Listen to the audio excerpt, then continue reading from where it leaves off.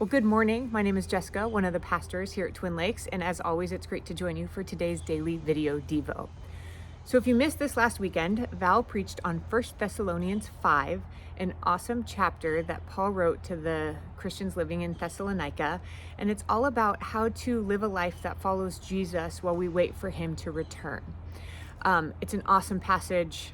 Go read it, listen to Val's sermon.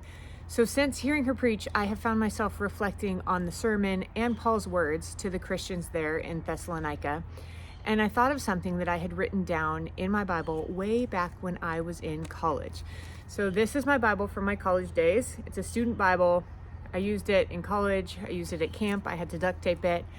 But when I didn't have anywhere else to write things down, when I was listening to speakers, I would write them down in my Bible. So it was fall of, I think, my freshman year of college, and I was at Wheaton College in Wheaton, Illinois, and we had to go to chapel 3 times a week. And there's a Christian speaker and author named Jill Briscoe, and she was speaking at chapel. And I remember what she said, mostly because I wrote it down, wrote it in here in the back, with all these notes. But one of the things she said, the content of contentment is Christ. And she went on to say that if we are looking to other things in the world to find contentment, we will constantly be discontent. And even now, when I find myself wrestling with contentment, I think, what am I looking to? Am I looking to relationships? Am I looking to money or possessions or power? Why do I feel discontent? And it's usually because I'm not placing my contentment in Christ. I'm looking for something else to fulfill that. And it doesn't lead to contentment, right?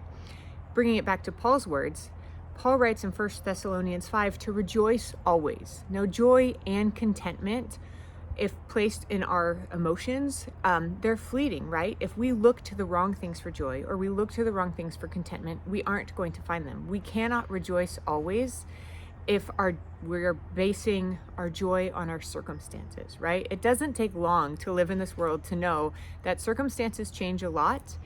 And I will not be rejoicing always if I'm looking to the things of this world, because this world is crazy, to be my source of joy.